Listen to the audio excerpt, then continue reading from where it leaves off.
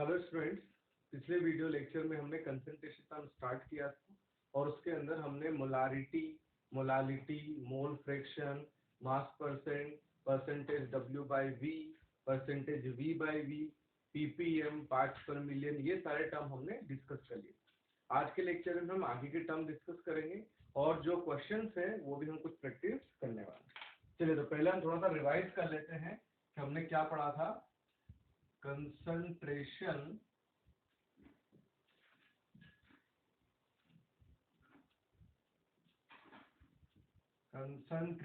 Terms हम पढ़ रहे थे, जिसके अंदर पहला जो टर्म पढ़ा था हमने, that is molarity. Right, molarity को बड़े वाले एम से रिप्रेजेंट कर रहे थे हम। एंड मोलारिटी क्या होता है? Number of moles of solute upon volume of solution. तो उसका फॉर्मूला आया था मोलारिटी का हमारे पास। मोल ऑफ सॉल्यूट हमने निकाला था, सॉल्यूट को बी से रिप्रेजेंट कर रहे थे, तो W B by M B, और वॉल्यूम अगर आप ml में ले लेते हो तो इंटू 1000 का टर्म ऊपर आ गया था हमारे पास। ये मोलारिटी का फॉर्मूला था। सिमिलरली हमने नेक्स्ट टर्म पढ़ा था, दैट इज मोलालिटी। मोलालिटी उसको हमने स्मॉल m से रिप्रेजेंट किया था। एंड मोलालिटी जो है हमारे पास आया था मोल of solute upon mass of solvent. और सॉल्वेंट का मास किस में लेना है? केजी में लेना है। अगर ग्राम में दिया है तो फिर उसको भी क्या करेंगे हम? डिवाइड बाय 1000 करके केजी में कन्वर्ट कर लेंगे। देखिए, W B by M B, mole of solute upon mass of solvent. और सॉल्वेंट को हम किससे लिख रहे हैं? ए से। अगर ये मास ग्राम में दिया है तो इसको केजी में कन्वर्ट करने के लिए डिवाइड बाय 1000 का टर्म आएगा, तो वो टर्म कहाँ चला जाएगा? ऊपर। ये हमारे पास मोलारिटी का और ये मोलालिटी का फॉर्मूला था। एक और चीज हमने डिस्कस करी थी साथ में कि इनमें से कौन सा टर्म टेम्परेचर डिपेंडेंट है या इंडिपेंडेंट। तो उसके लिए मैंने बताया था, जिस भी कंसंट्रेशन टर्म के अंदर वॉल्यूम का टर्म आता है तो वो सारे टर्म क्या रहेंगे? Temperature dependent. जैसे यहाँ पे वॉल्यूम है, ये क्या था? Temperature dependent. ये हो जाएगा टेम्परेचर इंडिपेंडेंट। ये दो फॉर्मूले हमने पढ़े थे। नेक्स्ट कंसंट्रेशन टर्म हमने पढ़ा था mole fraction. And mole fraction जो है वो क्या होता है? जिसका मोल फ्रैक्शन निकालना है, फॉर एग्जांपल सॉल्यूट का निकालना है, तो सॉल्यूट के मोल अपॉन टोटल मोल। अब मान लो हो सकता है सॉल्यूशन के अंदर एक सॉल्यूट और एक सॉल्वेंट है, तो सॉल्यूट के mole upon solute plus solvent के मोल। जैसे फॉर एग्जांपल बी सॉल्यूट है, उसका मोल फ्रैक्शन निकालना है, तो वो जाएगा सॉल्यूट के mole n B upon solute के मोल प्लस सॉल्वेंट के मोल। राइट। सिमिलरली हमारे पास था सॉल्वेंट का mole fraction, that is solvent के मोल अपॉन सॉल्वेंट के मोल प्लस सॉल्यूट के मोल। फिर हमने क्या किया था? इन दोनों को अगर ऐड कर देते हो आप, x से plus x B, that will be equal to 1। जो हमेशा होने वाला, जितने भी मोल फ्रैक्शन के टर्म रहेंगे सभी का सम विल बी इक्वल टू 1 हो जाएगा। ठीक है। नेक्स्ट कंसंट्रेशन टर्म हमने पढ़ा था परसेंटेज W बाय W, या हम उसको मास परसेंट भी बोल सकते हैं। स्मॉल w का मतलब मैंने बताया था मास ऑफ सॉल्यूट, और बड़ा वाला w का मतलब हो जाएगा मास ऑफ सॉल्यूशन। तो इसको हम क्या बोल सकते हैं? परसेंटेज W बाय W अगर निकालना है कि सॉल्यूशन का, तो वो था mass of solute upon mass of solution into 100। ये हो जाएगा हमारे पास percentage W by W।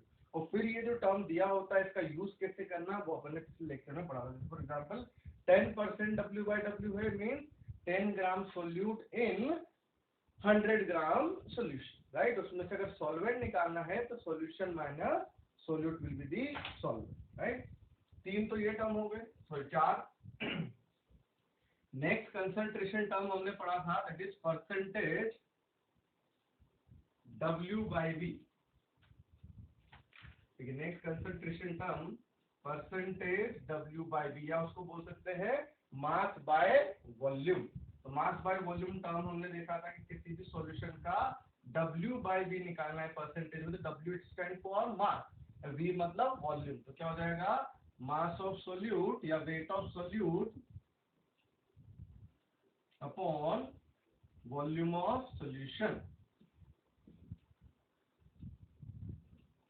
Into 100 कर देंगे। ग्राम में ले रहे होंगे तो ये हम इसमें ले लेंगे उस टाइम पे ml के अंदर, और इंटू 100 कर देंगे, तो परसेंटेज W बाई V। अब इसके अंदर भी वॉल्यूम का टर्म है, इट मींस ये वाला कंसंट्रेशन टर्म भी टेम्परेचर डिपेंडेंट होने वाला है।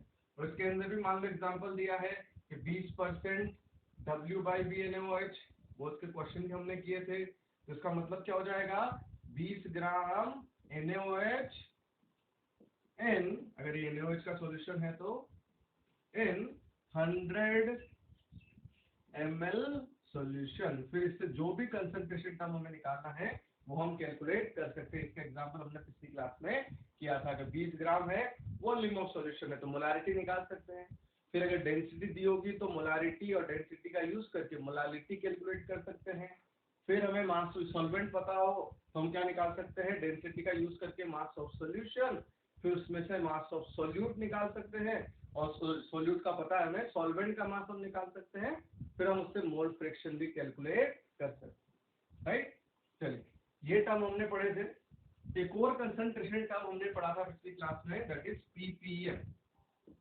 ppm स्टैंड्स फॉर पार्ट्स पर मिलियन, राइट। सेम इस तरह से ppb भी होगा, पार्ट्स पर मिलियन। तो ppm मतलब जैसे आउट ऑफ 100 होता है, उसी तरह से out of million is the ppm। तो क्या हो जाएगा ppm, किसी भी सॉल्यूशन का अगर ppm कैलकुलेट करना है, that is mass of solute upon mass of solution या फिर सॉल्वेंट इनटू 10⁻⁶, ये हमारे पास ppm आ जाएगा, ठीक है। ये टर्म हमने पढ़े थे पिछली क्लास में, इससे रिलेटेड हमने एक दो एग्जांपल भी किए थे। चलिए, आज जो है हम इससे आगे के बारे में बात करेंगे। एक हमने लास्ट में एक रिलेशन डिराइव किया था, that is relation between molarity and molality. तो मोलारिटी एंड मोलालिटी का जो रिलेशन आया था, वो रिलेशन हमारे पास क्या था, that is molality is equal to 1000 into molarity upon 1000 into density. और ये जो डेंसिटी है बेटा, ये किसकी डेंसिटी ऑफ सॉल्यूशन की। एक बार जेईई में क्वेश्चन आया था, उसके अंदर डेंसिटी ऑफ सॉल्यूशन की जगह वहां पे डेंसिटी ऑफ सॉल्वेंट दे रखा था, ठीक है। तो उसमें याद रखना है किसका डेंसिटी गिवन है। तो डेंसिटी ऑफ सॉल्यूशन अगर है तो हमारे पास 1000 into density minus molarity into molar mass of solute हो जाएगा, ठीक है। D stands for density of solution, बड़ा वाला m मोलारिटी है, और mb is the molecular mass of solute, और स्मॉल m इज मोलालिटी। यहां तक हमने पिछली क्लास में पढ़ लिया, राइट। चलिए, नेक्स्ट जो है हम एक और रिलेशन डिराइव करते हैं, relation between molality and mole fraction. चलिए, नेक्स्ट है relation between molality, that is small m, and mole fraction।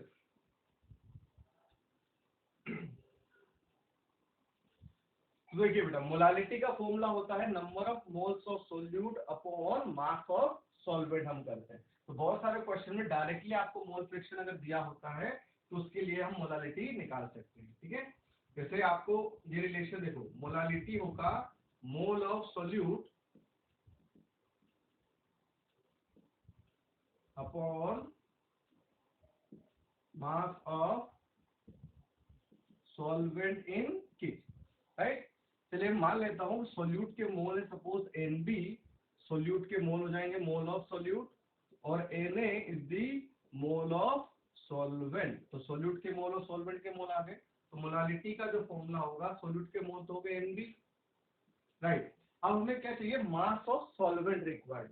तो सॉल्वेंट का मास क्या होगा, किसी का भी मास अगर कैलकुलेट करना होता है तो मोल का फॉर्मूला हो जाता है गिवन मास अपॉन मोलर मास। मतलब मास अगर निकालना है, it means mole equal into molar mass अगर हम करेंगे तो मास आ जाएगा। हेंस यहाँ पे मास ऑफ सॉल्वेंट अगर निकालना है तो mole of solvent into molecular mass of solvent कर देते हैं। देखिए, तो मोल ऑफ सॉल्वेंट है Na into molecular mass of solvent Ma। अगर मैं Mb लिखता तो क्या होता, मोलर मास ऑफ सॉल्यूट।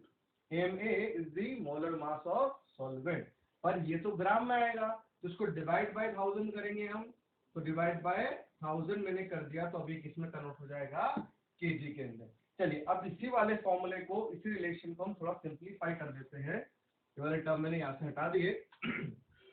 ये 1000 का टर्म ऊपर चला जाएगा, देखिए ये हो जाएगा NB into 1000 upon NA into MA। अब मुझे क्या बनाना है यहाँ पे क्वेश्चन के अंदर, मोल फ्रैक्शन मुझे लेके आना है। तो मोल फ्रैक्शन क्या होता है, जो हमने अभी रिवाइज किया था कि सॉल्यूट के मोल अपॉन हम क्या कर दे, टोटल मोल अगर कर दे तो वो मोल फ्रैक्शन बन जाएगा। इट मीन्स अगर मैं इन दोनों टर्म को Na प्लस NB से डिवाइड कर दूं तो ये क्या बन जाएंगे, मोल फ्रैक्शन बन जाएंगे। मतलब मैंने डिवाइड कर दिया, देखो NB divide by Na plus NB into 1000, ये ऊपर का टर्म हो गया, divided by Na upon Na plus NB। तो वैसे कोई चेंज आया नहीं, लेकिन ये क्या बन जाएगा, NB upon Na plus NB is the XB। तो ये क्या बन जाएगा, XA, मतलब मोल फ्रैक्शन ऑफ सॉल्यूट, और ये बन जाएगा मोल फ्रैक्शन ऑफ सॉल्वेंट। तो हमारे पास जो रिलेशन है किस तरह का आ जाएगा, देखिए तो मोलालिटी इज इक्वल टू, ये जो टर्म बन गया है XB और ये टर्म बन जाएगा XA। तो XB into 1000 upon XA into MA। अब मुझे मोल फ्रैक्शन सॉल्यूट का अगर चाहिए तो मैं बोल सकता हूँ since XA plus XB equal to 1 होता है, तो XA is equal to 1 minus XB। We can substitute here. तो M is equal to XB into 1000 upon 1 minus XB into MA। ये जो है रिलेशन है हमारे पास molality and mole fraction of solute के अंदर। तो या तो हम डायरेक्टली रिलेशन याद रखेंगे, नहीं तो अगर रिलेशन याद नहीं है तो भी हम क्वेश्चन सॉल्व कर सकते हैं यूनिट्स का यूज करके, राइट। वो भी तरीका मैं आपको बता दूंगा, ठीक है। ये समझ में आया। यहाँ पे XB मोल ऑफ सॉल्यूट है, sorry mole fraction of solute, mole fraction of solute, और MA is the molar mass of solvent, और M स्टैंड्स फॉर मोलालिटी। तो ये रिलेशन जो है हमें याद रखना है ताकि क्वेश्चन थोड़े जल्दी से सॉल्व हो जाए। चलिए इस पे बेस्ड हम कुछ एग्जांपल करते हैं। चलिए क्वेश्चन है, if the mole fraction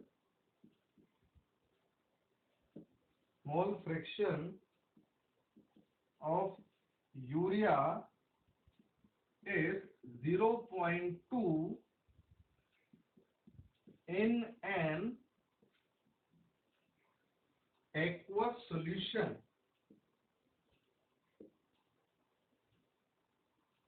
find molality। चलिए एक तो हमारे पास सवाल है कि हमें अगर रिलेशन पता है तो हमें मोल फ्रैक्शन सॉल्यूट का दिया है यूरिया का, और हमें क्या निकालना है, मोलालिटी। अब बेटा यहाँ पे लिखा है एक्वस, एक्वस का मतलब हो जाता है सॉल्वेंट क्या होगा, वाटर। तो इस फॉर्मूले में हम सब्स्टिट्यूट कर देंगे। तो एक तो तरीका है कि डायरेक्ट आंसर आ जाएगा, देखिए क्या, कि molality is equal to solute का mole fraction 0.2 into 1000 divided by 1 minus 0.2 into MA, और MA क्या होगा, सॉल्वेंट का मोलिकुलर मास। और एक्वा सॉल्यूशन मतलब पानी सॉल्वेंट है, तो इंटू 1000 कर देंगे तो ये हमारा आंसर आ जाएगा। देखो कितना आ जाएगा, 0.2, ये कितना होगा 0.8, तो कैंसिल आउट होगा तो कितने टाइम्स, 4 टाइम्स। तो 1000 बाय 72, या उसको हम सिंप्लीफाई कर सकते हैं, हमारा आंसर हो गया। एक तरीका तो ये था कि रिलेशन हमें पता है तो हम कर सकते हैं। सपोज अगर हमें रिलेशन ये नहीं पता मोलालिटी और मोल फ्रैक्शन का, तो हम क्वेश्चन किससे सॉल्व करेंगे। देखिए मुझे पता है मोल फ्रैक्शन दे रखा है 0.2, मतलब हमें पता है mole fraction, total mole fraction का सम 1 होता है। तो उस मोल फ्रैक्शन को हम किसकी तरह ट्रीट कर सकते हैं, मोल की तरह भी ट्रीट कर सकते हैं। जैसे मैंने बोल दिया कि टोटल मोल सपोज 1 है, तो उसमें यूरिया के मोल कितने, 0.2, क्योंकि Na प्लस NB तो 1 हो गया। तो सॉल्यूट के मोल मतलब यूरिया के मोल हो जाएंगे 0.2, और पानी के मोल कितने हो जाएंगे, 0.8। तो सिंपली हम बोल सकते हैं कि मोल फ्रैक्शन हमने डिराइव कर लिया है कि मोल ऑफ यूरिया ये हो गए 0.2 एंड मोल ऑफ वाटर वो हो गया हमारे पास 0.8। तो बस मोलालिटी का फॉर्मूला लगा लेंगे, मोल of solute upon mass of solvent. Mass of solvent क्या होगा, मोल इनटू मोलिकुलर मास, मोल इनटू मोलिकुलर मास। अभी ग्राम में है तो बस मल्टीप्लाई बाय 1000 करें। या तो आप रिलेशन याद रखो या फिर स्मॉल फ्रैक्शन को इस तरह से लिख के भी ये क्वेश्चन सॉल्व कर सकते हैं, राइट। चलिए, तो अभी हमने सारे के सारे कंसंट्रेशन टर्म्स जो हैं वो पढ़ के उनके क्वेश्चंस कर लिए हैं, उनमें आपस में रिलेशन भी डिराइव कर लिया है। चलिए एक हम क्वेश्चन करते हैं, इसके अंदर बहुत सारे कंसंट्रेशन टर्म्स यूज होने वाले हैं, ऐसा हमने पिछली क्लास में भी किया था। चलिए फॉर एग्जांपल करते हैं हम, उसके बाद नॉर्मलिटी का टर्म डिस्कस करेंगे। देखिए, फाइंड द सॉल्यूशन या identify the solution containing 23 gram of HCOOH। और आपको क्वेश्चन के अंदर इस और आर, मतलब ये मल्टीपल चॉइस क्वेश्चन है, एक से ज्यादा आंसर होंगे इसके।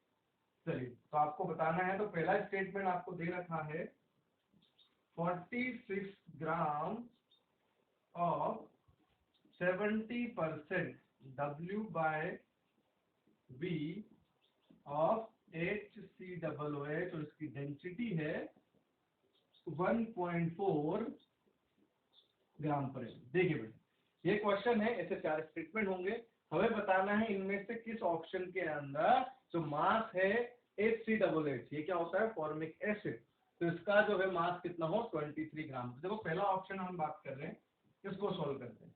अभी हमें पता है 70% W/V का मतलब, देखो जब भी हमें कंसंट्रेशन टर्म ऐसे दिए होंगे उसका हम पहले मतलब लिखेंगे, तो इसका मतलब क्या हो जाएगा, 70 ग्राम HCOOH in 100 ml सॉल्यूशन।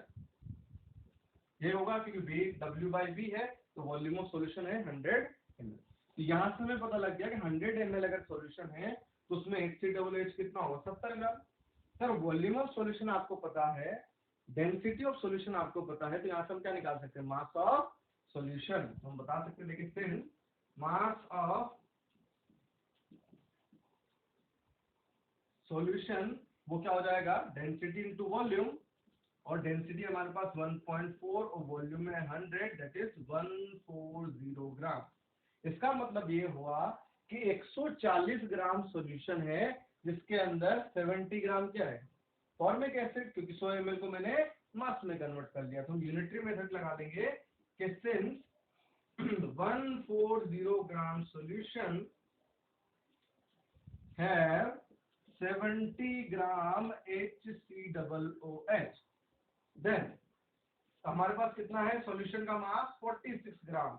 देखिए 46 ग्राम सॉल्यूशन अगर होगा तो उसमें अंदर सॉल्यूट कितना होगा, 70/140 into 46, that is equal to 23 gram. It means ये हमारा आंसर हो जाएगा। तो हमने 70% के अंदर डेंसिटी से मास निकाल लिया सॉल्यूशन का, और यूनिटरी मेथड का यूज करके हमने पता कर लिया है तो 46 ग्राम अगर मैं ये सॉल्यूशन लेने वाला हूँ तो उसके अंदर जो सोल्यूट होने वाला है that is equal to 23 gram. तो ये हमारा एक आंसर हो जाएगा, option number A. Next option check करते हैं।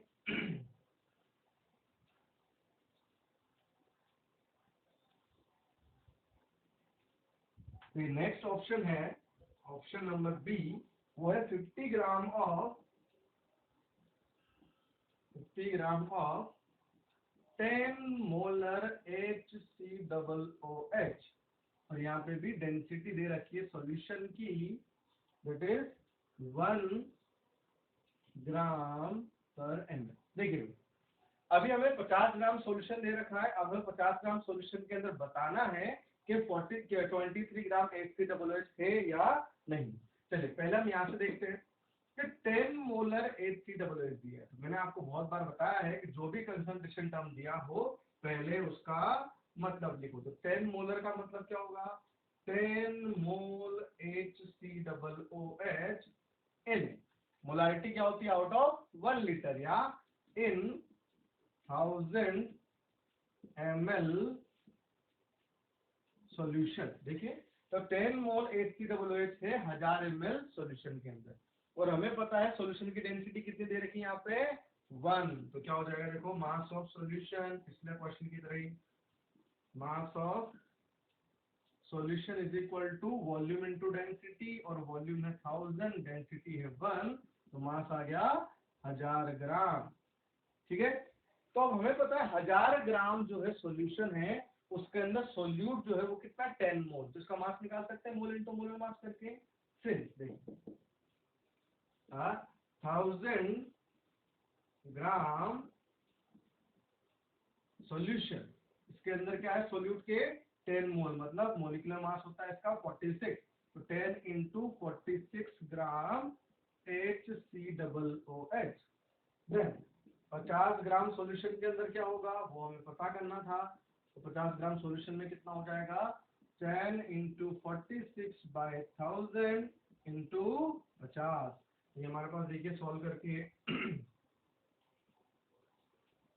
ये कितना आ जाएगा 23 ग्राम, तो ये भी हमारा आंसर हो जाएगा।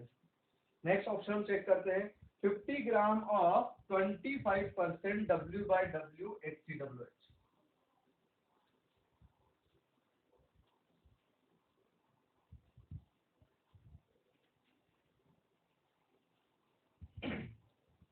ऑप्शन सी है 50 ग्राम ऑफ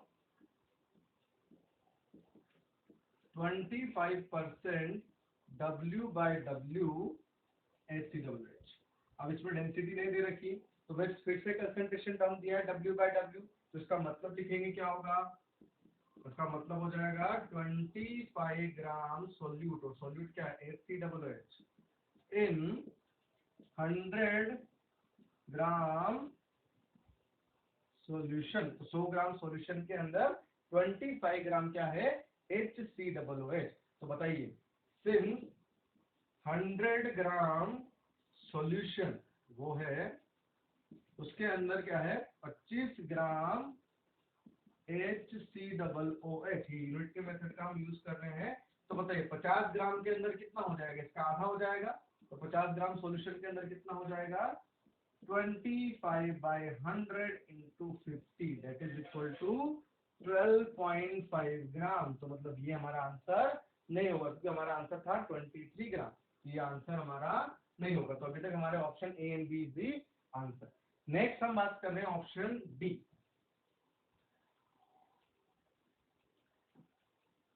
ऑप्शन डी है 46 ग्राम ऑफ 5 मोलर HCOOH, और इसमें भी डेंसिटी अपने आप कितनी दे रखी है 1। ये तो फिर पुराना वाला ही क्वेश्चन हो गया, जो बी वाला पार्ट था उसके अंदर 46 ग्राम पर मोलारिटी, सॉरी इसके अंदर हमें 10 मोलर दिया था, यहाँ पे कितना है 5 मोलर, तो इसको भी लिख लेते हैं।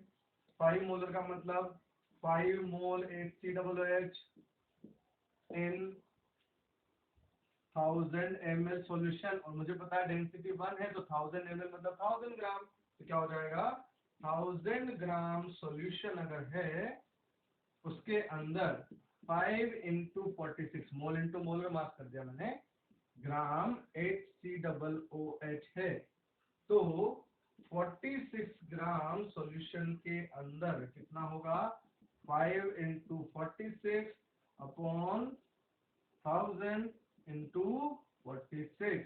ठीक है, ये तो 23 नहीं आ रहा है, देखिए ये कितना हो जाएगा 200, और ये हो जाएगा यहाँ से 23, तो ये हो जाएगा 23 इंटू 46/100, मतलब ये तो 23 आंसर नहीं होगा। तो इस क्वेश्चन का जो आंसर रहेगा हमारे पास क्या हो जाएगा option A and option B is the answer, right. इस तरह के क्वेश्चन जो है हम आगे सॉल्व करते रहेंगे। चलिए नेक्स्ट एक और कंसंट्रेशन टर्म है हम डिस्कस करेंगे, that is normality.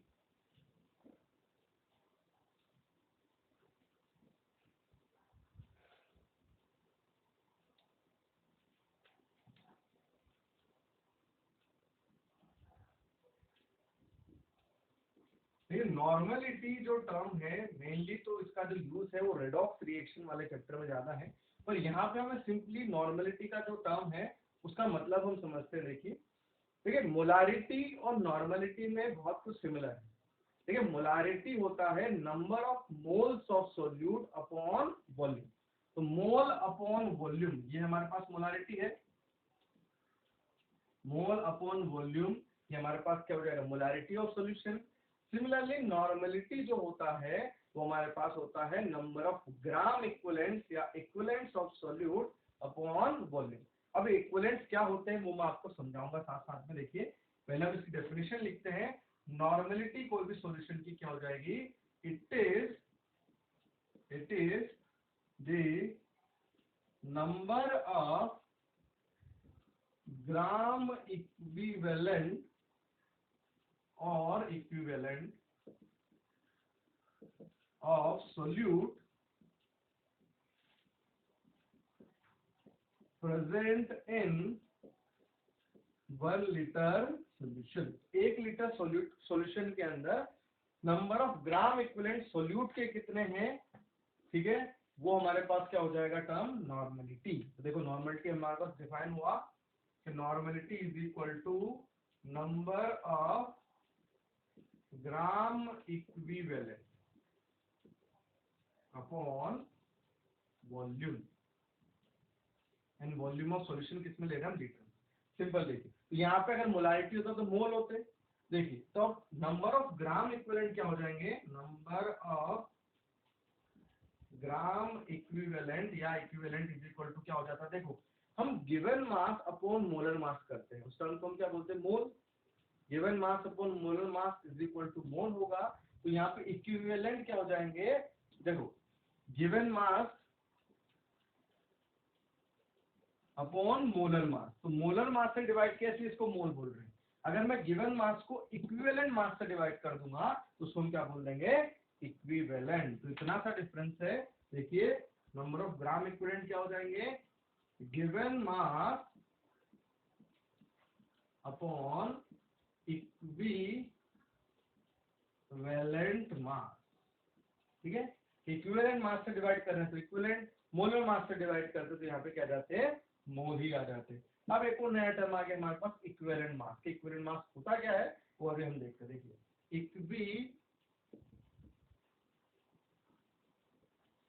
Equivalent mass simply अभी के लिए अगर हम याद रखें तो इक्विवेलेंट मास का मतलब होता है कि एक मोल इलेक्ट्रॉन को ट्रांसफर करने के लिए कितना मास यूज होता है, दैट इज इक्विवेलेंट मास। या सिंपली हम बोलते हैं इक्विवेलेंट मास अभी के लिए हम याद रखेंगे यहाँ पे molecular mass divide by n factor. बाकी जब हम रिडॉक्स पढ़ेंगे तब अपन इसको अच्छे से सॉल्व करेंगे कि यहाँ कहाँ से जाए। तो अभी देखिए इक्विवेलेंट मास जो है ई वो हो जाएगा मोलर मास या molecular mass divide by n factor, या उसको हम एक और चीज बोलते हैं वैलेंसी फैक्टर। तो सिंपली हमें क्या करना है, मोलर मास को divide by n factor valency factor कर देंगे तो हो जाएगा इक्विवेलेंट मास, ठीक है। और गिवन मास को फिर इक्विवेलेंट मास से डिवाइड कर देंगे तो क्या आ जाएंगे इक्विवेलेंट, और इक्विवेलेंट यहाँ रखेंगे तो क्या आ जाएगा टर्म, वॉल्यूम से डिवाइड करेंगे तो आ जाएगा नॉर्मलिटी। पर हम इतना कुछ नहीं करेंगे। सिंपली देखिए अगर मैं molar mass divide by n factor करूं, ठीक है, दैट इज इक्विवेलेंट मास, तो ये वाला इक्विवेलेंट मास का जो टर्म है यहाँ सब्स्टिट्यूट कर दें हम।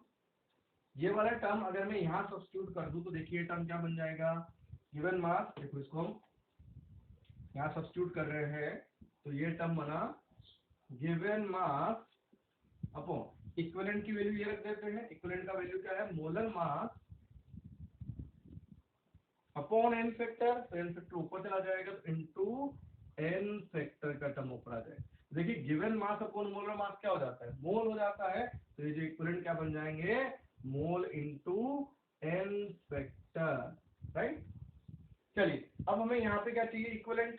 तो ये इक्विवेलेंट की वैल्यू ये वाली रख देते हैं यहाँ पे, मोल इनटू एन फैक्टर का टर्म अगर मैं यहाँ पे सब्स्टिट्यूट कर दूं तो ऊपर वाला जो टर्म है नॉर्मलिटी का वो क्या बन जाएगा हमारे पास, देखिए ये वाला टर्म नॉर्मलिटी का, तो number of gram equivalent is equal to हो जाएगा mole into N factor upon volume in litre. अच्छा mole upon volume in litre क्या हो जाता है, मोलारिटी। तो तो molarity into N factor is equal to normality हो जाएगा। तो हमें इतना कुछ करने की जरूरत नहीं पड़ेगी, हम सिंपली क्या करेंगे, मोलारिटी निकालेंगे और उसको मल्टीप्लाई कर देंगे एन फैक्टर के से, तो क्या आ जाएगा, normality. Mole upon volume is the molarity of solution. और एन फैक्टर क्या होता है वो मैं आपको बता दूं। ठीक है, तो हमने जो रिलेशन देखा है, नॉर्मलिटी जो है टर्म, इसमें भी वॉल्यूम का टर्म है, इट मींस ये भी टेम्परेचर डिपेंडेंट क्वांटिटी होगी। और साथ में इक्विवेलेंट मास क्या होता है वो भी हमने देखा, पर वो हमारे पास अभी क्वेश्चन उसके इतने नहीं, वो रिडॉक्स रिएक्शन के चैप्टर में होने वाले। तो रिलेशन क्या हुआ नॉर्मलिटी के केस में, हमारे पास देखिए नॉर्मलिटी अगर निकालना है तो नॉर्मलिटी तो हो जाएगा, normality is equal to n factor या वैलेंसी फैक्टर इनटू मोलारिटी। ठीक है, और किसी क्वेश्चन में अगर इक्विवेलेंट निकालने हैं या ग्राम इक्विवेलेंट निकालने हैं, इक्विवेलेंट या ग्राम इक्विवेलेंट, तो वो हो जाएंगे n factor into molarity, sorry n factor into mole, हमारे पास इक्विवेलेंट हो जाएंगे। और इक्विवेलेंट मास भी हमने देखा था अभी कि इक्विवेलेंट मास क्या होता है किसी का भी, molar mass divide by n factor. चलिए, तो हमारे पास जो यूजफुल है अभी इस चैप्टर के लिए, ये सबसे ज्यादा यूजफुल ये होगा कि नॉर्मलिटी क्या हो जाएगा, एन फैक्टर इनटू मोलारिटी, क्योंकि हमने डिराइव किया वो इस तरह से आ रहा है रिलेशन यहाँ पे। अब एन फैक्टर जो है वो यहाँ पे हमारे पास जो इम्पोर्टेंट है, इस चैप्टर के अंदर जो एन फैक्टर हम यूज करने वाले हैं, एन फैक्टर या वैलेंसी फैक्टर, देखिए हमारे पास जो क्वेश्चन होंगे वो मेनली एसिड बेस या सॉल्ट से रिलेटेड क्वेश्चन है यहाँ पे। तो देखिए एसिड अगर मैं बात करूं तो एसिड का अगर एन फैक्टर की बात करेंगे तो एसिड का एन फैक्टर होता है number of replaceable H plus, कितने हाइड्रोजन वो दे रहा है वो हमारे पास क्या हो जाएगा उसका एन फैक्टर। फॉर एग्जाम्पल मैं बोलूं HCl, तो HCl कितने हाइड्रोजन दे सकता है, एक, तो उसका एन फैक्टर जो रहेगा that will be equal to 1। H2SO4 वो 2 हाइड्रोजन दे सकता है, तो इसका एन फैक्टर कितना हो जाएगा, 2। सिमिलरली H3PO4 ये होता है, H3PO4 जो है इसकी स्ट्रक्चर अगर हम बनाए तो इस तरह से दिखता है, P double bond O OH OH OH। ठीक है, तो हमारे पास इसमें 3 हाइड्रोजन रिप्लेसेबल, तो इसका एन फैक्टर जो रहेगा बेटा दैट इज इक्वल टू 3 होता है। याद रखना कि H3PO4 अगर 3 हाइड्रोजन देता है तो इसको हम क्या बोलते हैं, ट्राई बेसिक एसिड। ये 2 देता है तो इसको हम क्या बोलते हैं, डाई बेसिक एसिड। ये 1 डोनेट करता है इसलिए क्या बोलते हैं, मोनोबेसिक एसिड। तो बेटा देखो इसमें 3 OH है इसलिए बोलते हैं इसको ट्राई बेसिक एसिड है, क्योंकि ये हाइड्रोजन डोनेट करता है, OH डोनेट नहीं करता। ठीक है, तो इसमें याद रखना है कि H3PO4 का एन फैक्टर 3 है। सिमिलरली कहीं पे H3PO3 अगर दे रखा है तो H3PO3 में भी 3 हाइड्रोजन हमें दिख रहे हैं, पर इसका एन फैक्टर 3 नहीं होके इसका एन फैक्टर होगा 2। ठीक है, वो क्यों होता है, क्योंकि इसकी स्ट्रक्चर के अंदर से 3 OH बॉन्ड नहीं है। देखो इसके अंदर है P double bond O OH OH और एक क्या रहने वाला है, डायरेक्टली बॉन्डेड H। तो ये जो बॉन्ड ब्रेक इजीली नहीं होगा, तो सिर्फ ये 2 ही OH ये डोनेट कर पाएगा, मतलब दोनों H डोनेट कर पाएगा, इसलिए एन फैक्टर इसका 2 रहेगा। ये याद रखना है अभी के लिए। ठीक है, और एक और एग्जांपल ले लेते हैं हम, H3PO2। देखिए H3PO2 है, अब इसके भी अंदर 3 हाइड्रोजन दिख रहे हैं, पर इसका एन फैक्टर क्या है, 1। ये तीनों एग्जांपल अपने को याद रखने हैं, क्योंकि इसकी स्ट्रक्चर है एक ही OH है, बाकी इसके अंदर 2 PH बॉन्ड प्रेजेंट है, इसलिए इसका एन फैक्टर कितना हो जाएगा, 1। ठीक है, तो एसिड के लिए एन फैक्टर हम क्या याद रखेंगे, नंबर ऑफ रिप्लेसेबल हाइड्रोजन, कितने हाइड्रोजन दिए हैं या कितना दे सकता है। कभी कभी क्या होता है, जैसे मान लो ऐसा एग्जांपल आ गया, तो आपको सवाल दीजिए H2SO4 प्लस NaOH और वो बना रहा है NaHSO4 प्लस वाटर। अब बेटा इस रिएक्शन के अंदर हम देखें तो देखो H2SO4 2 हाइड्रोजन दे सकता है, पर इस वाले क्वेश्चन में उसने कितने दे, देखो अभी उसके पास एक हाइड्रोजन और बचा हुआ है। अगर ये दोनों अपने हाइड्रोजन दे देता तो प्रोडक्ट क्या बनता, Na2SO4, पर यहाँ पे Na2SO4 नहीं बना है क्योंकि NaOH एक ही मोल प्रेजेंट था। इट मींस इसके पास एक हाइड्रोजन अभी भी बचा हुआ है, तो इसका एन फैक्टर अभी के केस में इस पर्टिकुलर रिएक्शन में एन फैक्टर 2 के बजाय यहाँ पे एन फैक्टर इसका कितना हो जाएगा 1। तो कभी कभी जो है रिएक्शन अगर गिवन होगी तो रिएक्शन में देख के हमें बताना पड़ेगा क्या है। अदरवाइज अभी के लिए जो मोल कंसेप्ट में हम सिंपली एसिड बेस को हम कंप्लीटली रिएक्टेड मानते हैं और उसके हिसाब से हम एन फैक्टर बता देंगे उसको देख के। ठीक है, चलिए नेक्स्ट अगर मैं बेस की बात करूं तो बेस के लिए एन फैक्टर क्या हो जाएगा, कितने वो OH डोनेट कर सकता है। तो एन फैक्टर बेस के लिए हो जाएगा number of replaceable OH minus, जैसे फॉर एग्जांपल NaOH, इसका एन फैक्टर 1, बेरियम हाइड्रोक्साइड आ गया किसी क्वेश्चन में तो इसका एन फैक्टर कितना हो जाएगा 2, एल्यूमिनियम हाइड्रोक्साइड हो गया तो इसका एन फैक्टर कितना हो जाएगा 3। तो आपको देखना है कि कितने OH है उसके पास, वो कितने डोनेट कर सकता है, उसका एन फैक्टर उस हिसाब से हो जाएगा। ठीक है, ये हमारे पास एन फैक्टर हो गए। सॉल्ट अगर है तो सॉल्ट के लिए हम एन फैक्टर कैसे देखेंगे कि कितना उसका चार्ज है। फॉर एग्जांपल NaCl, Na के अंदर Na प्लस और Cl माइनस होगा तो इसका एन फैक्टर कितना होगा NaCl का 1। अगर मैं लिख रहा हूँ MgCl2 तो MgCl2 में देखा जाए तो चार्ज क्या रहने वाला है बेटा, Mg2 प्लस और 2 Cl माइनस, मतलब हमारे पास 2 नेगेटिव है और 2 पॉजिटिव है तो इसका एन फैक्टर कितना हो जाएगा 2। सिमिलरली AlCl3 अगर मैं लिख रहा हूँ तो इसमें क्या रहेगा चार्ज, एल्यूमिनियम 3 प्लस और 3 Cl माइनस, 3 पॉजिटिव और 3 नेगेटिव। हमेशा किसी भी सॉल्ट के अंदर कैटायन और एनायन का जो टोटल चार्ज रहेगा वो हमेशा सेम ही रहेगा, मतलब जितना चार्ज कैटायन का है उतना ही एनायन का। यहाँ पे एन फैक्टर कितना हो जाएगा, राइट। तो सॉल्ट के लिए एन फैक्टर इस तरह से देख लेंगे, बेस के लिए OH माइनस, एसिड के लिए H प्लस देख के हम एन फैक्टर देख सकते हैं। इस तरह से हम क्या निकाल सकते हैं, नॉर्मलिटी, क्योंकि नॉर्मलिटी के लिए हमें सिर्फ और सिर्फ एक टर्म आना चाहिए दैट इज एन फैक्टर, क्योंकि मोलारिटी निकालना तो हमें आता है। तो n factor into molarity is equal to normality. या कभी कभी क्वेश्चन में इक्विवेलेंट मास दे रखा है तो क्या हो जाएगा, number of equivalent upon volume in litre, उससे भी हमारा आंसर आ जाएगा। और इक्विवेलेंट क्या होते हैं, given mass upon equivalent mass. ठीक है, तो ये वाला टर्म है। तो नॉर्मलिटी के कुछ एग्जांपल हम करते हैं।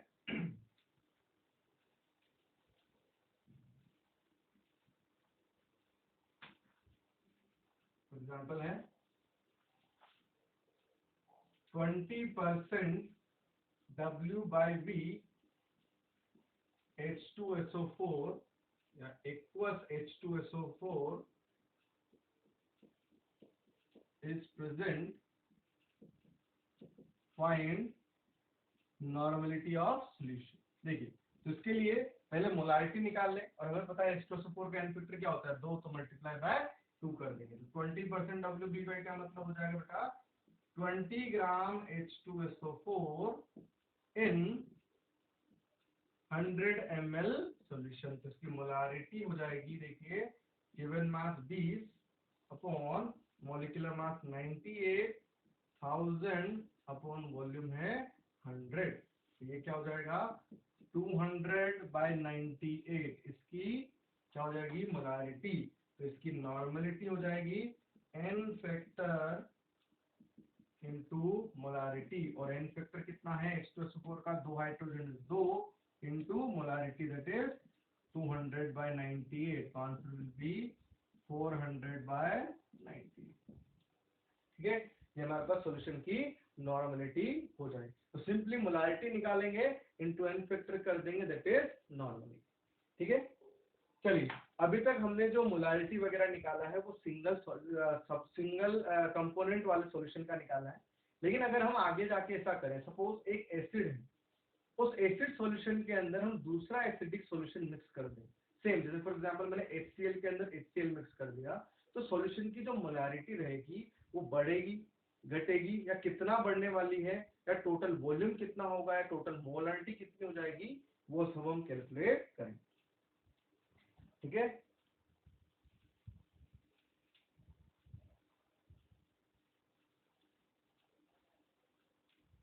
देखिए तो टर्म है नेक्स्ट हमारे पास मोलारिटी या normality molarity of mixture. Mixture की मोलारिटी हम निकालने वाले हैं। अब पहला मैं बोल रहा हूँ मिक्सचर किसका ले रहे हैं हम, मिक्सचर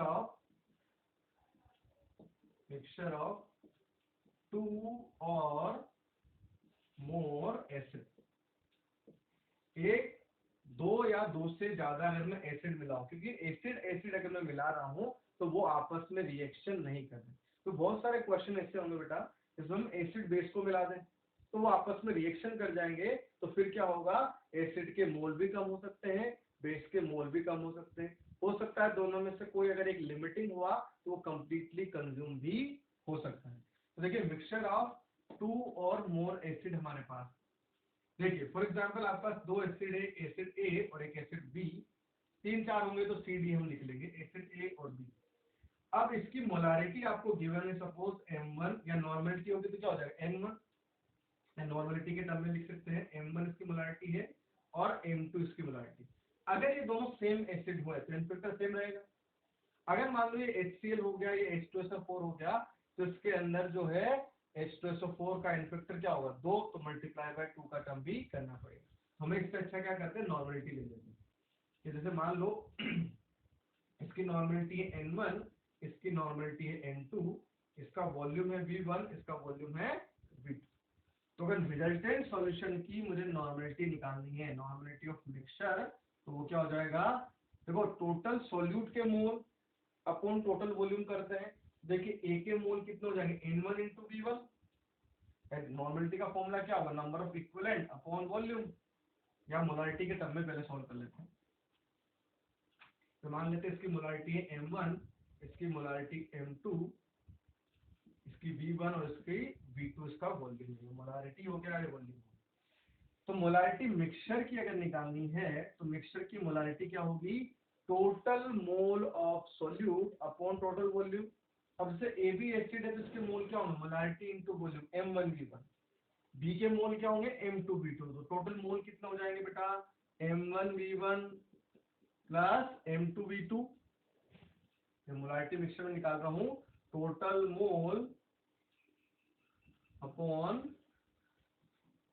मिक्सचर की मोलारिटी निकाल रहे हैं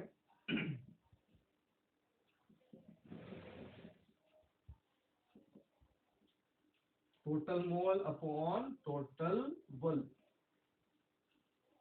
ठीक है, टोटल मोल हमारे पास क्या हो जाएंगे, ए के मोल दैट इज M1V1, बी के मोल दैट इज M2V2, और total volume that is V1 plus V2।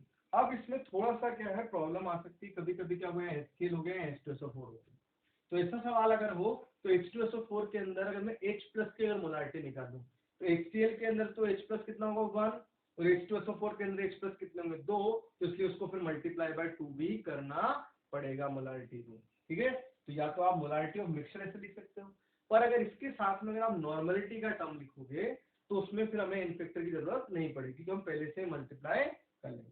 तो molarity of mixture of two acid हमारे पास इस तरह से हो जाएगा, M1V1 plus M2V2 divide by V1 plus V2। जैसे हम एक एग्जांपल कर लेते हैं इसका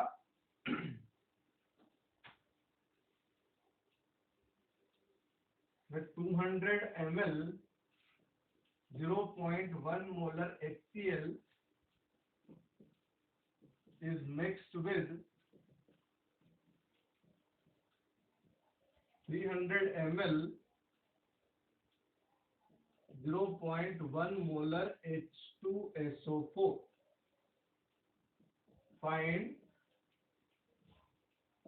molarity of resultant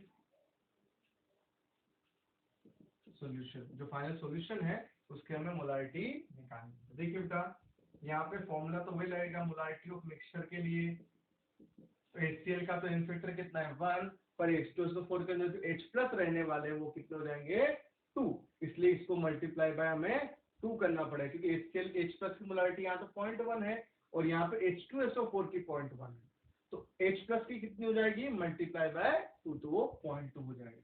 वो कितना आ जाएगा, देखिए आंसर M1 0.1 इंटू 200 प्लस यहाँ से कितना हो जाएगा 2 इंटू 0.1, और 2 कहाँ से आ रहा है, यहाँ से देखा मैंने H2SO4 से, और into volume that is 300 upon total volume 200 plus 300, तो दैट इज 500। तो ये कितना होगा, देखो 20 plus 60 upon 500 that is 80 upon 500, ये हमारे पास 8/50 is the molarity of mixture हो जाएगा। ठीक है, बहुत बार क्वेश्चन में क्या करेंगे, यहाँ पे एक्स्ट्रा वॉल्यूम भी दे देंगे, बोल देंगे तो final volume is made up to 1 litre, मतलब यहाँ पे आपने क्या कर दिया होगा, 500 ml पानी भी डाल दिया होगा, तो फाइनल सॉल्यूशन की मोलारिटी भी क्या हो जाएगी, उसमें 500 ml और ऐड कर देंगे यहाँ पे, तो कितना हो जाएगा 80/1000 हो जाएगा, मतलब 8/100 ये टर्म हमारे पास आ जाएगा।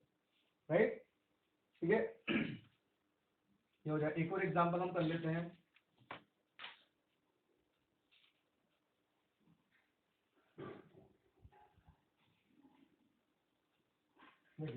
द वॉल्यूम ऑफ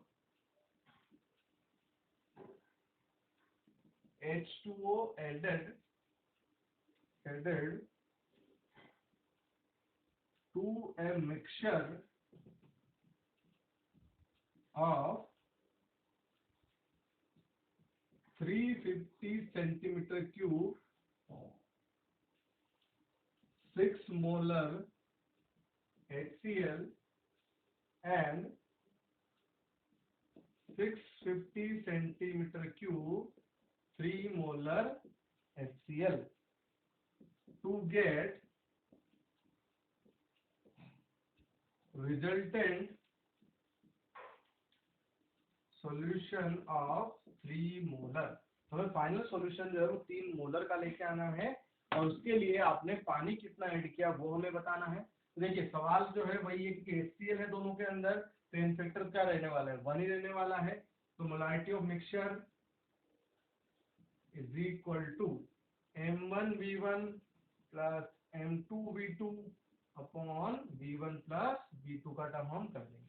देखिए M1 कितना है 6 और वॉल्यूम है 350, देखो 1 सेंटीमीटर क्यूब बेटा 1 ml होता है, ये कुछ टर्म जो है आप याद रखना कि 1 सेंटीमीटर क्यूब बराबर 1 ml ही होता है, 1 मिलीलीटर के बराबर ही होगा।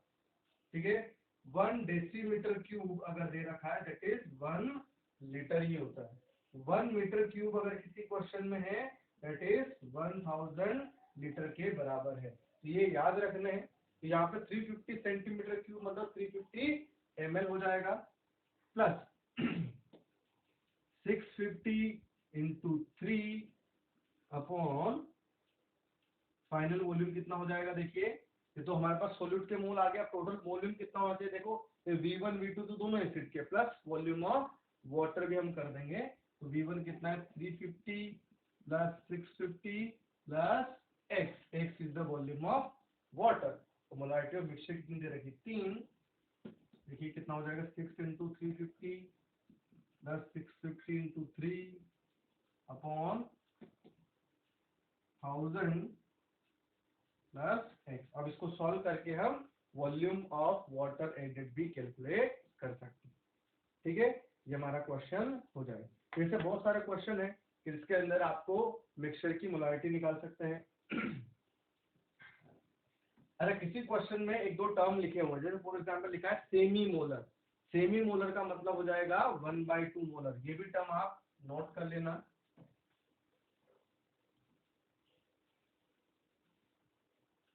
ये बहुत सारे क्वेश्चन में यूज होते हैं, इंपॉर्टेंट टर्म लिख रहा हूं मैं, सेमी मोलर या सेमी नॉर्मल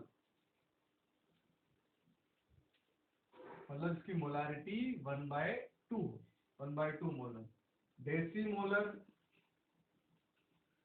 इसकी मोलारिटी 1/10। ठीक है, सेमी मोलर हो गया, डेसी मोलर हो गया, पेंटी मोलर भी आता है किसी क्वेश्चन में, हो जाएगा 1/5 मोलर, ये टर्म भी हमें याद रखना है।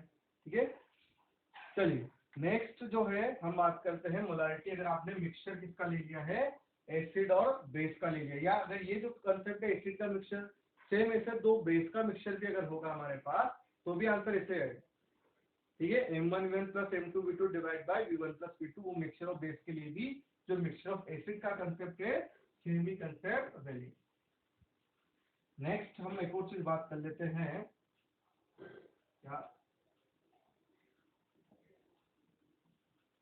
मिक्सचर ऑफ टू बेस के लिए भी सेम कॉन्सेप्ट होगा, mixture of acid and base की मैं बात कर लेता हूं।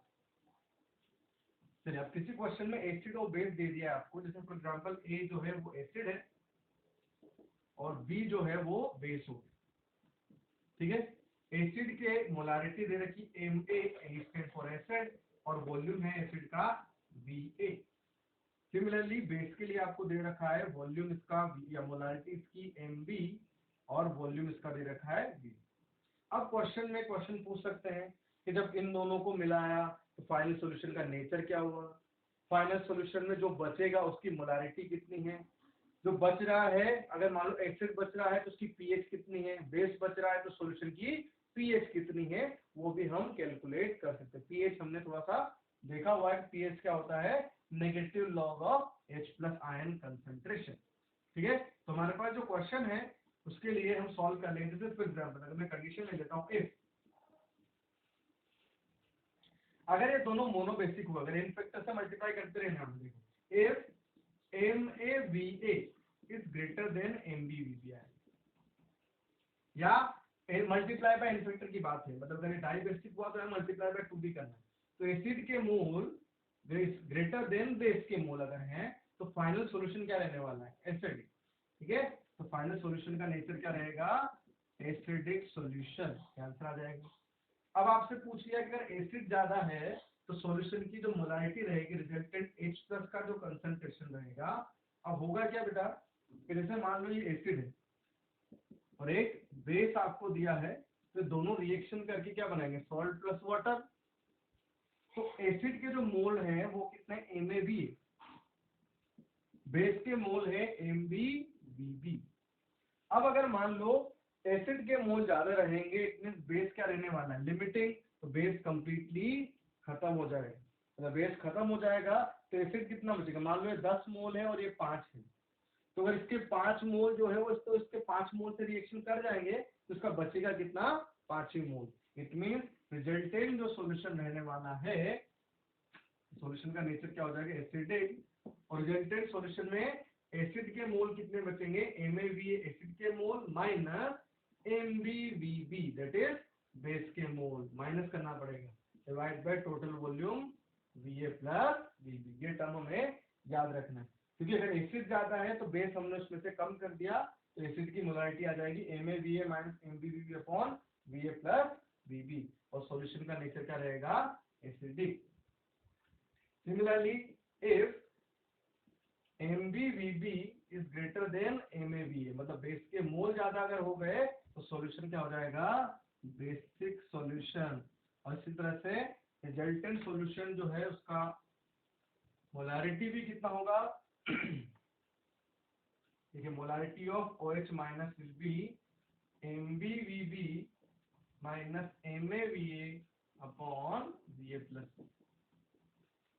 ठीक है, ये उसकी मोलारिटी हो जाएगी। अगर दोनों बराबर है तो सॉल्यूशन क्या हो जाएगा, न्यूट्रल, दोनों कुछ नहीं बचने वाला, सोल्ट बचेगा। सी पार्ट ले लिया मैंने, इफ MAVA बराबर MBVB तो सॉल्यूशन क्या बन जाएगा, न्यूट्रल। ठीक है, चलिए इस पे बेस्ड एग्जांपल जो है हम बाद में करने वाले हैं। ठीक है, ठीक है, या अभी जो हम एग्जांपल या इसके एग्जांपल ही करते हैं, चलिए।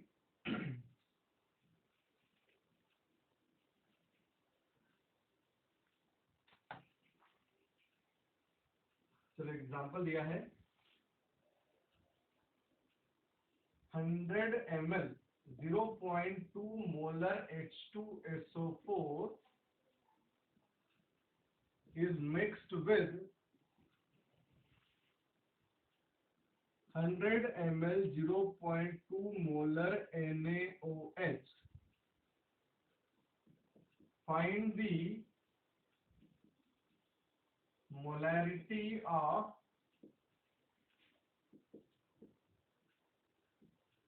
resultant solution and identify the nature of solution. आपको solution का nature भी बताना है, ठीक है। देखिए, तो अभी इस क्वेश्चन के अंदर हमारे पास एसिड भी दिया है H2SO4 और बेस दिया है NaOH। अब देखो NaOH के अंदर तो एक OH है, मतलब उसका n फैक्टर 1 है। H2SO4 के अंदर 2 H है, मतलब इसका n फैक्टर 2 है। तो अपन पहले निकाल लेते हैं एसिड के मोल, ठीक है। मोल ऑफ एसिड वो क्या हो जाएंगे, MaVA Ma into Va, और वो टर्म हमारे पास कितना है, इन दोनों को मल्टीप्लाई करेंगे। देखो 100 into 0.2 into कितना हो जाएगा, H2SO4 का इनफैक्टर 2 है, ये कितना हो जाएगा बेटा 40, इसके मिलीमोल्स हो गए क्योंकि ml में हमने वॉल्यूम ली है। सिमिलरली मोल ऑफ बेस या मिलीमोल ऑफ बेस हम बात करें, वो क्या हो जाएंगे, MbVb बेस के। अब इसका तो इनफैक्टर 1 ही है, तो कितना हो रहा है देखो 100 into 0.2 into 1, मतलब हो जाएंगे 20 मिलीमोल्स। तो सॉल्यूशन में एसिड के मोल ज्यादा है, मतलब सॉल्यूशन विल बी एसिडिक। अब तो रिजल्टेंट सॉल्यूशन की अगर मोलारिटी निकालने को पूछा है, तो रिजल्टेंट सॉल्यूशन में क्या होगा H+, तो क्या होना चाहिए, एसिड के मोल MaVa minus MbVb 20 divided by MaVa minus MbVb divided by, हम क्या करने वाले हैं, टोटल वॉल्यूम। और टोटल वॉल्यूम कितना है 100 प्लस 100, तो आंसर आ जाएगा 20/200, मतलब 0.1 molar is the final answer या फाइनल मोलारिटी ऑफ H+। अब इसी में बेटा अगर आपसे पूछ लिया what is the pH of solution, तो हमें पता है यार H+ का जो कंसंट्रेशन है वो तो हमारे पास कितना है 0.1, तो pH अगर पूछ ली कभी कभी, तो pH हो जाएगा नेगेटिव लॉग ऑफ H+, और नेगेटिव लॉग ऑफ 0.1 हम ले लेंगे। H+ हमें 0.1 पता है, तो 0.1 क्या होता है 10⁻⁻1, तो ये क्या हो जाएगा, देखो सॉल्व कर सकते हैं इसको। pH अगर निकालने को बोल दिया तो pH is equal to negative log of H+, और यहाँ पे हमें पता है H+ कितना है 0.1 या 10⁻⁻1 कर दिया, तो 0.1 को तो -1 बाहर आ जाएगा लॉग से, तो माइनस माइनस +1, और लॉग 10 की वैल्यू होती है 1, तो pH is equal to 1 हो जाएगा। वैसे pH का जो कंसेप्ट है हम आयनिक इक्विलिब्रियम के अंदर पढ़ेंगे, लेकिन अभी के लिए मैंने सिंपल सा पॉइंट है इसलिए मैंने बता दिया कि pH क्या होगी, हम निकाल सकते हैं नेगेटिव लॉग ऑफ H+, ठीक है। चलिए, तो हमारे पास इस तरह के जो क्वेश्चन रहेंगे मिक्सचर ऑफ एसिड बेस, वो भी हमें सॉल्व करने हैं, राइट। बाकी का जो पार्ट है डाइल्यूशन का इफेक्ट है, जब डाइल्यूट कर देंगे सॉल्यूशन को तो उसके रिजल्टेंट सॉल्यूशन की मोलारिटी क्या होने वाली है वो हम अगले लेक्चर में डिस्कस करेंगे, ठीक है। उसके बाद हमारे पास जो उसके बाद नेक्स्ट टर्म बचने वाला है वो है that is stoichiometry of the reaction, वो हम अगले लेक्चर में स्टार्ट करेंगे। Thank you.